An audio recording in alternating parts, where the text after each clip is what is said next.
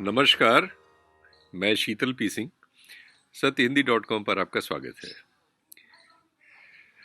इधर चुनाव की परिचर्चाओं में बहुत सारे ऐसे विषय जो बहुत प्रासंगिक हैं और बहुत ज़रूरी हैं, लेकिन वो पीछे छूट जाते हैं क्योंकि 5 राज्यों में चुनाव हो रहा है जिसमें उत्तर प्रदेश शामिल है।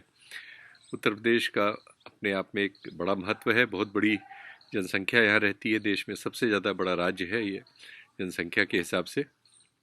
इस वजह से ज़्यादातर बहस, ज़्यादातर विमर्श उत्तर प्रदेश और इन राज्यों के चुनावों पर केंद्रित है। लेकिन और भी चीज़ें घट रही हैं, उन पर बात होती रहे, होती रहनी चाहिए।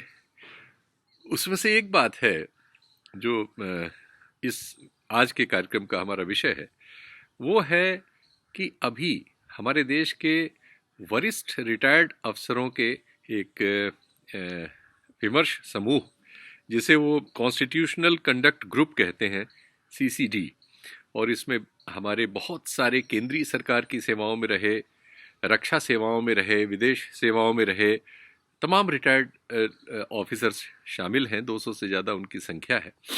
वो लोग समय समय पर देश के ऐसे मुद्दों पर जो संविधान सम्मत हैं, जिसमें ऐसा लगता है कि संविधान की जो अंतरात्मा है उसका उल्लंघन हो रहा है या उसको बिल्कुल ही आमूल चूल बदल के कोई चीज़ की जा रही है और गलत चीज़ की जा रही जो लोकतंत्र के अहित के तौर पर जानी चाहिए, उस पर वो सवाल उठाते रहते हैं। अभी हाल में जो उन्होंने 27 जनवरी को एक पत्र जारी किया है, ये कार्यक्रम उस पर है।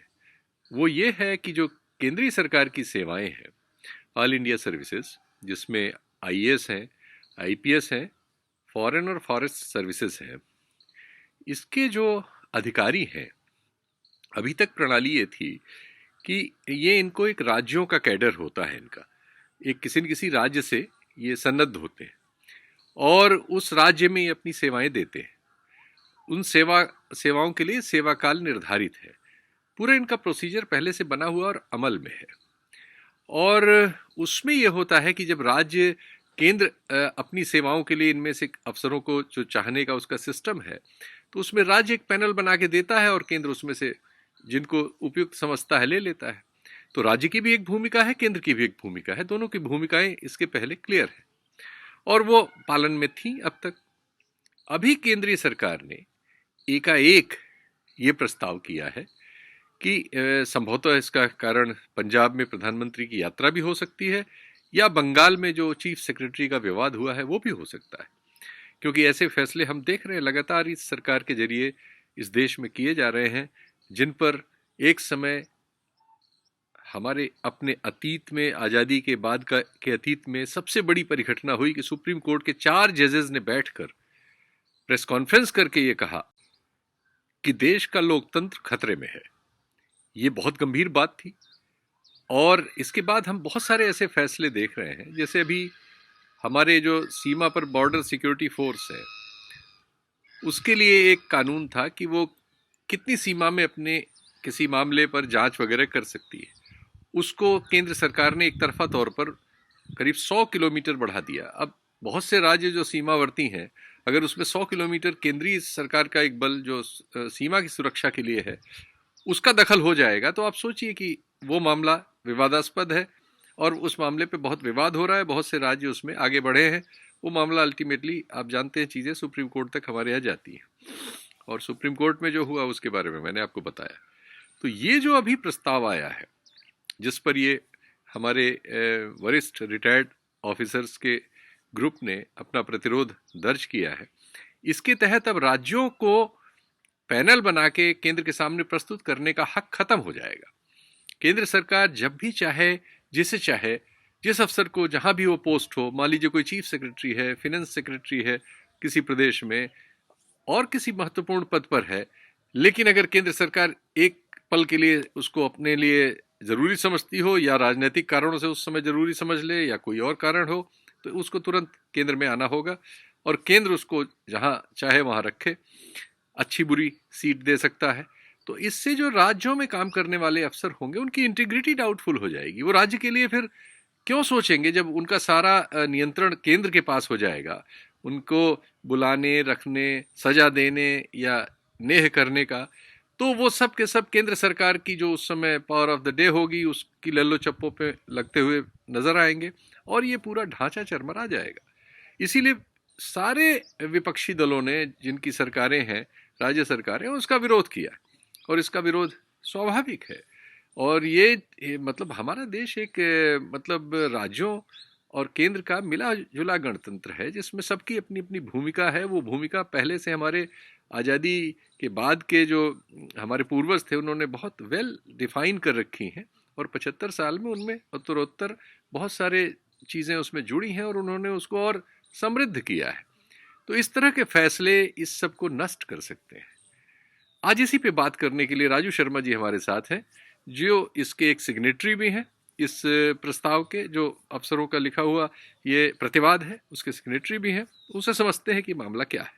तो अब इससे अधिक भूमिका में क्या बताऊं, मैंने आपका पत्र पढ़ लिया है, उससे संबंधित मैं सवाल बीच बीच में करूंगा, लेकिन थोड़ा सा आप भी अपनी ओर से बताएं कि ये माजरा क्या है। धन्यवाद शीतल जी, आप आकाश के नीचे चाय पी रहे हैं, क्या दुर्लभ चीज है। जी जी जी। बहरहाल ये जो आज की बातचीत का जो उल्लेख या चिंता या विमर्श है, वो जो सीसीजी नामक संस्था है, कॉन्स्टिट्यूशन कंडक्ट ग्रुप, उसके द्वारा जारी पत्र से संबंध रखती है। और इसके अलावा भी लगभग सभी अखबार, टीवी चैनल और पत्रिकाओं में इस पर लेख छप रहे हैं जी। और दोनों तरफ से बयान आ रहे हैं। करीब 10 राज्यों ने जो केंद्र सरकार का प्रस्ताव है उसका विरोध करते हुए अपनी आपत्ति दर्ज की है जी। और जैसा कि अपेक्षित था, जो भाजपा के द्वारा संचालित राज्य हैं जहां उनकी सरकारें हैं, उन सब ने अपनी सहमति दी है, जिनमें उत्तर प्रदेश भी शामिल है। तो कुल मिलाकर आपने सही कहा कि जो अखिल भारतीय सेवाएं हैं, जिसमें आईएएस और फॉरेन सर्विस और फॉरेस्ट सर्विस और पुलिस सर्विस, ये सर्विसेज शामिल हैं, इनकी परिकल्पना अन्य केंद्रीय सेवाओं के बनिस्पत संविधान के अधीन हुई और इनका ढांचा या इनका जो स्वरूप और इनके जो नियम शुरू में ही सरदार पटेल जी ने बहुत ध्यानपूर्वक इस तरह से बनाए थे कि जो संघीय ढांचा है प्रशासन का हिंदुस्तान का, उसको बरकरार रखने और उसको आगे प्रशासनिक रूप में सुदृढ़ करने के लिए और समन्वय के लिए इस तरह की प्रशासनिक व्यवस्था वो कायम रहे और फेडरल ढांचे, संघीय ढांचे के अंतर्गत एक समन्वय और की स्थिति बनाए, जिससे विकास और अच्छे संबंध स्थापित रहे और दोनों के अधिकार।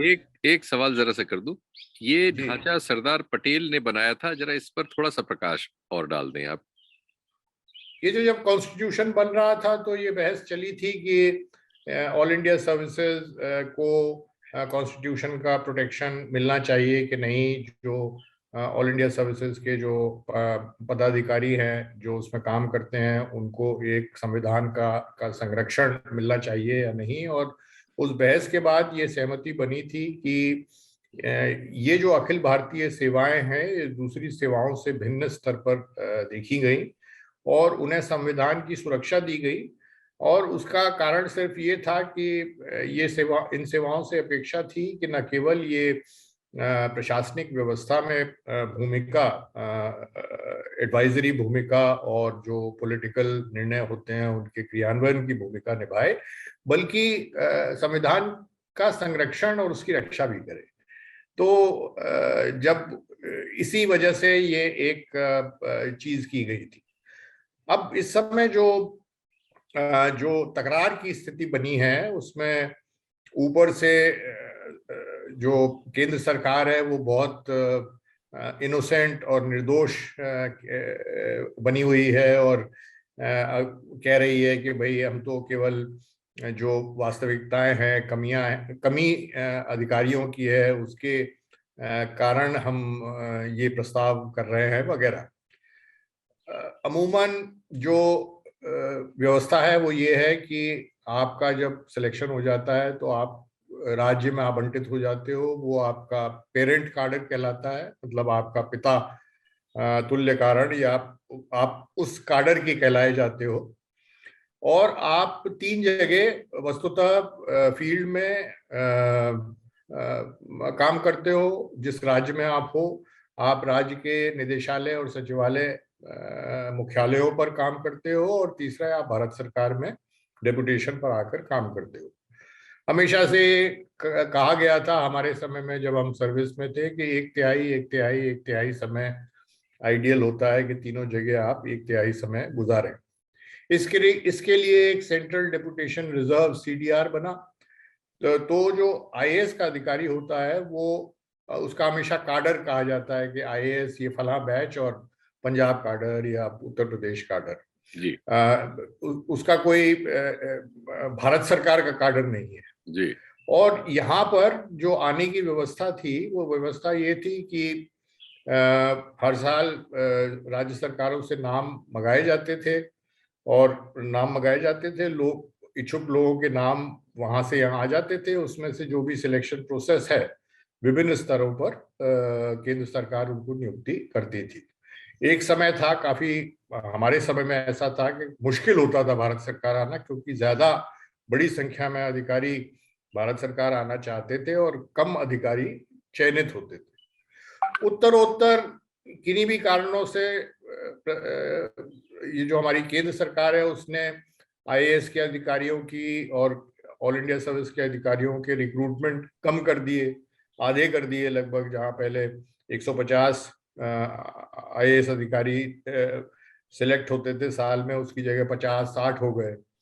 तो वो रिक्रूटमेंट की कमी लगातार चलती रही, और उस वजह से वास्तव में ये स्थिति पैदा हुई है कि अधिकारियों की कमी है। न केवल केंद्र सरकार में कमी है बल्कि प्रदेश सरकार में भी कमी है, विभिन्न राज्यों में विभिन्न स्तरों पर।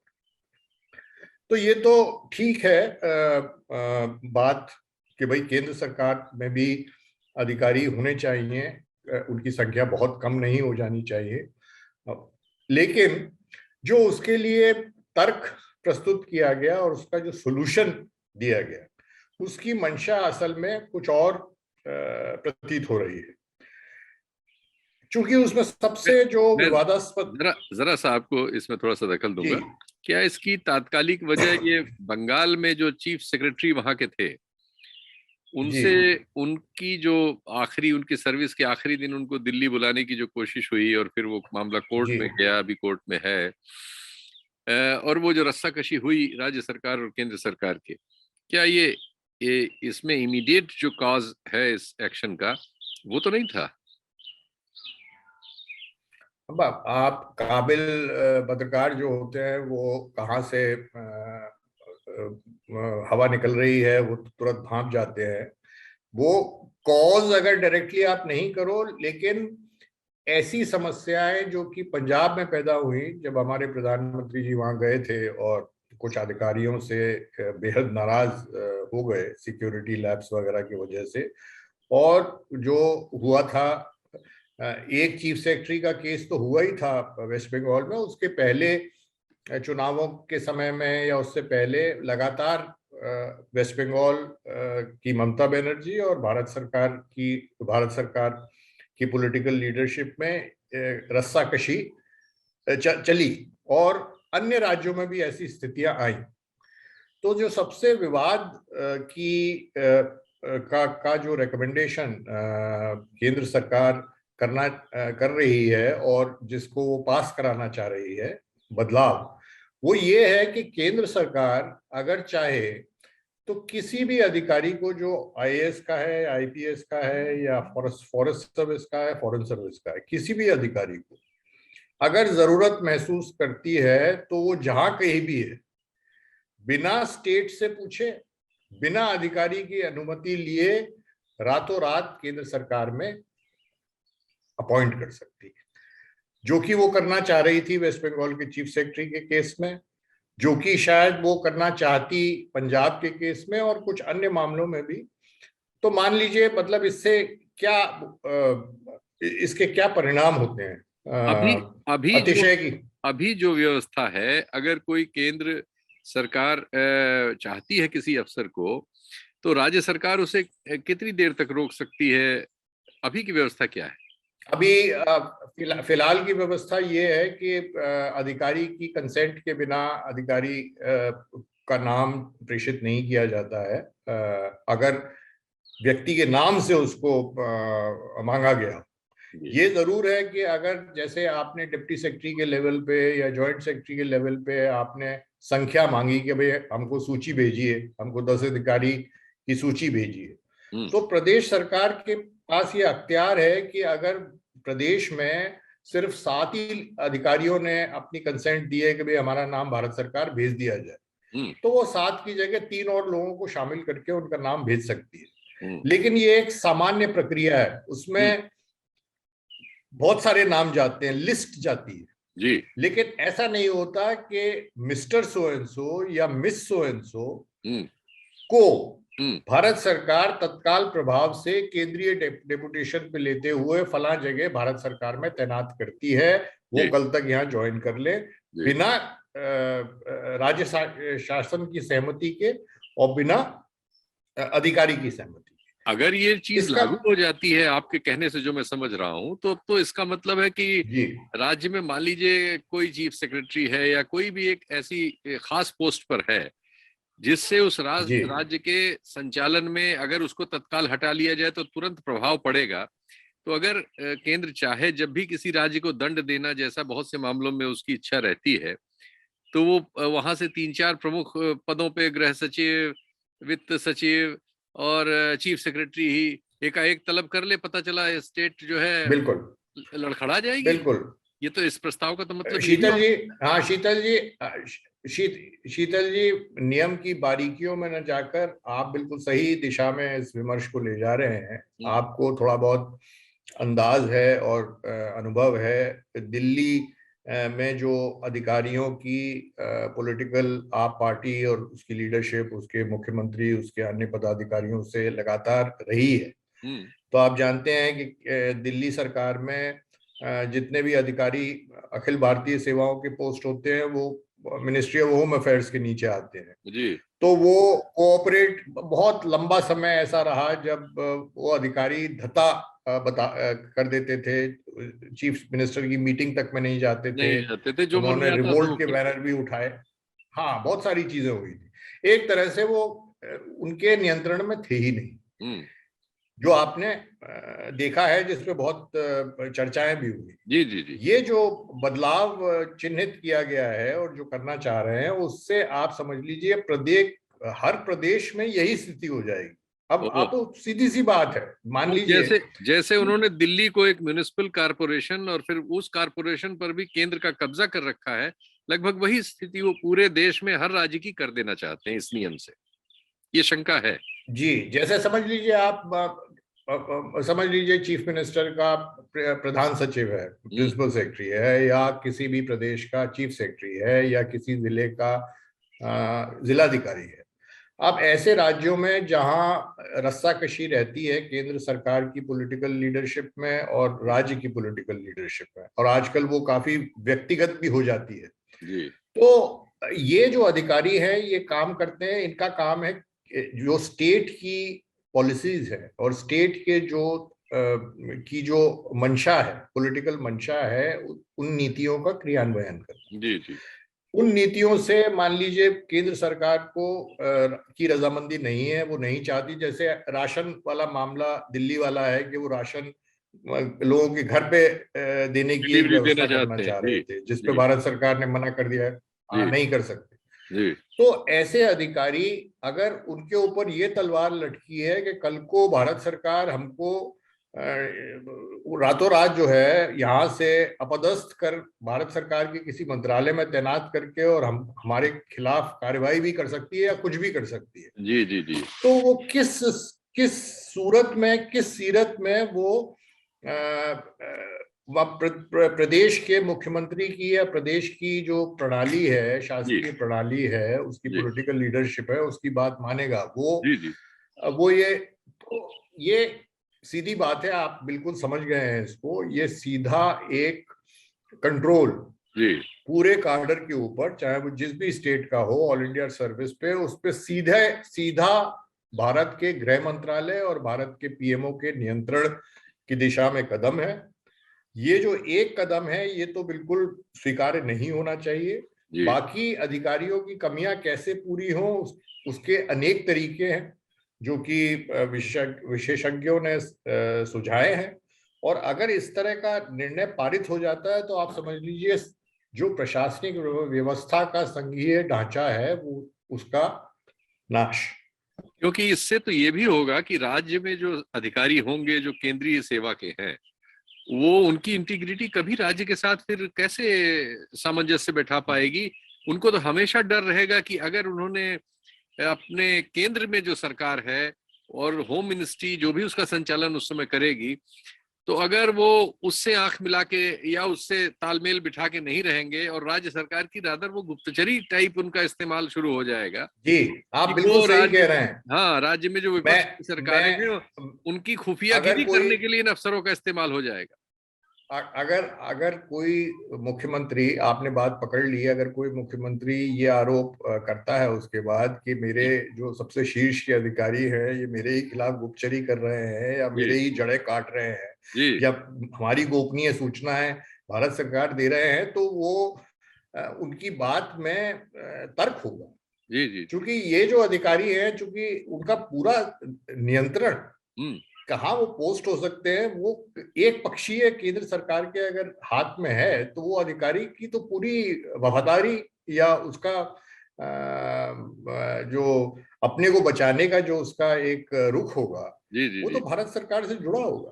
तो जो पत्र आप लोगों ने लिखा है, जो तमाम लोगों ने, मेरा ख्याल है 200 से ज्यादा लोगों ने साइन किया है, 200 शायद, तो इसमें क्या 200 तो मेंबरशिप है, 110 लोगों ने साइन किया है साइन किया? उसको। अच्छा, तो इसमें आपने क्या मुख्य बिंदु इसमें रखे हैं अपने इस पत्र में? एक तो कॉन्स्टिट्यूशनल इशू आप लोग हमेशा ही उठाते हैं कि ये इस तरह से संवैधानिक नहीं है, और बाकी आप जो प्रैक्टिकल इश्यूज होते हैं उनको लेते हैं। तो इसमें कौन कौन से बिंदु आपने छुए हैं इसमें?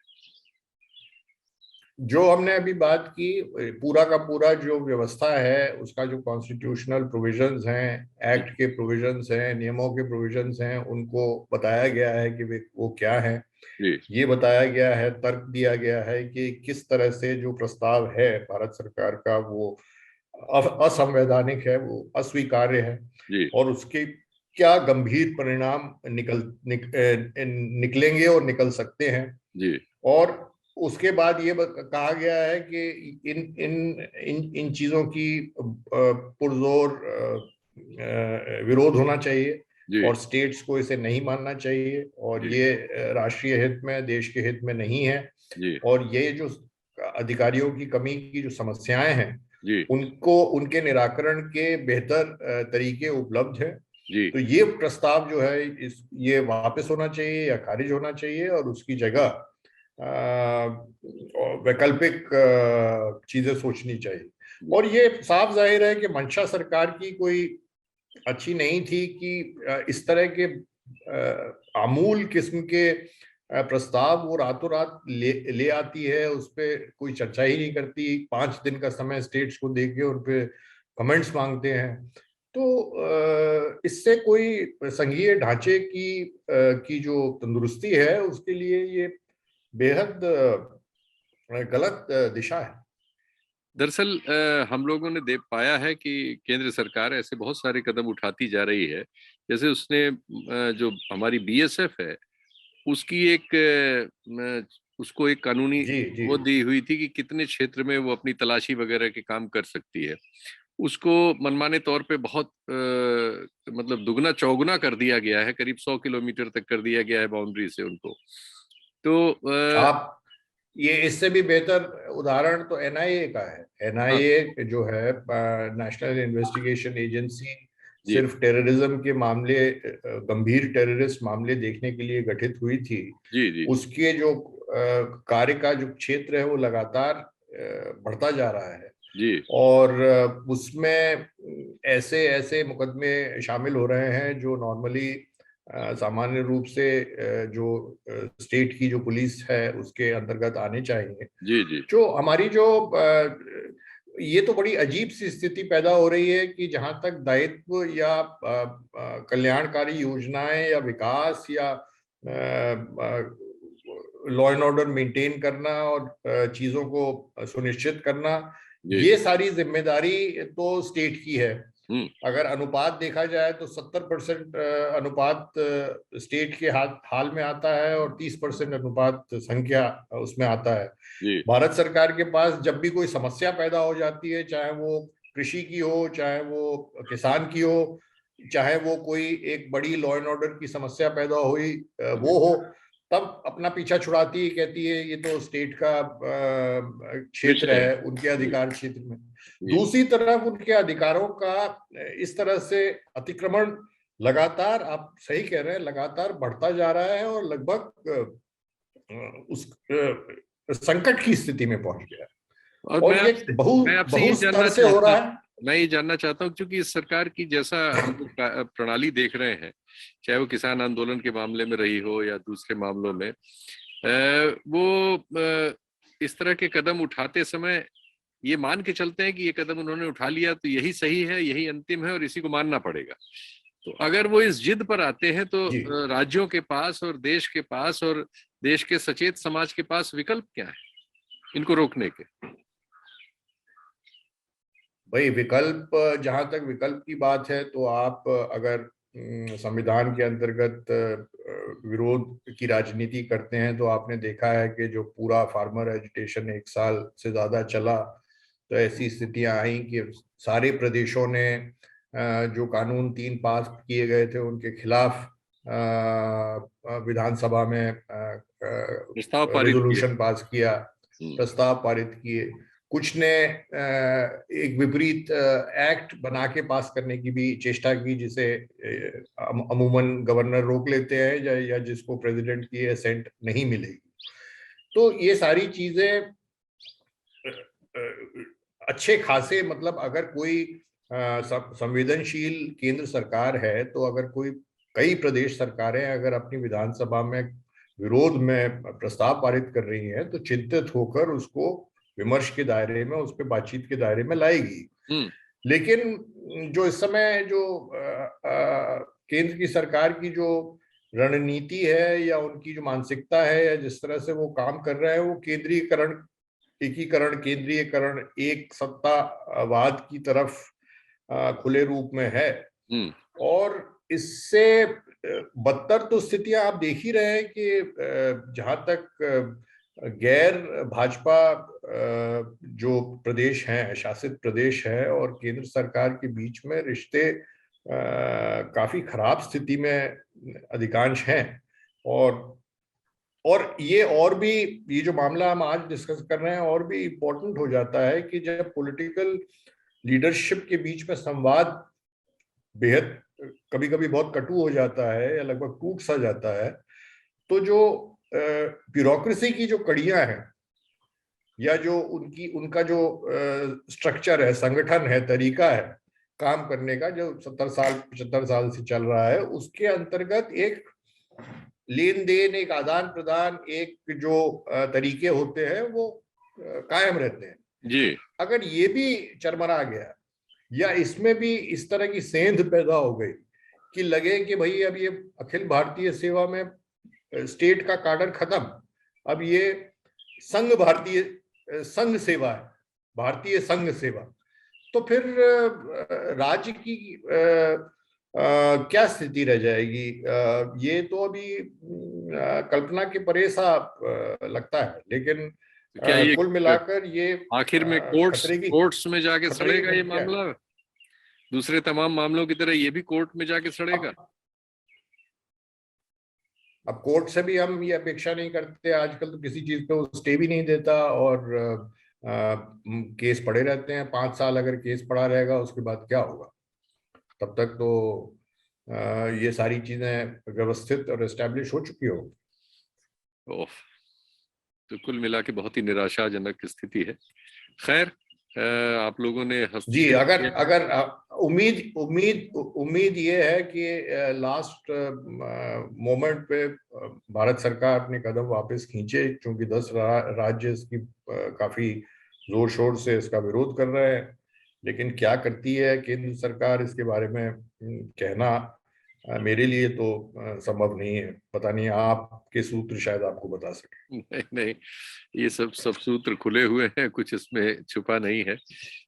खैर, तो आज इस कार्यक्रम को यहीं समेटते हैं। बड़ी अच्छी बातचीत हुई। ये विषय चुनाव के वजह से उतना जी, ध्वनि नहीं पा सका जितना गंभीर ये है, लेकिन हम लोग सत्य हिंदी पर इस तरह की बातचीत भी जी, करते रहते हैं। तो बहुत धन्यवाद राजू शर्मा जी, फिर आपको तंग करेंगे किसी और विषय पर इसी तरह से। ओके, नमस्कार। धन्यवाद। सत्य हिंदी का ऐप डाउनलोड करें गूगल प्ले स्टोर पर।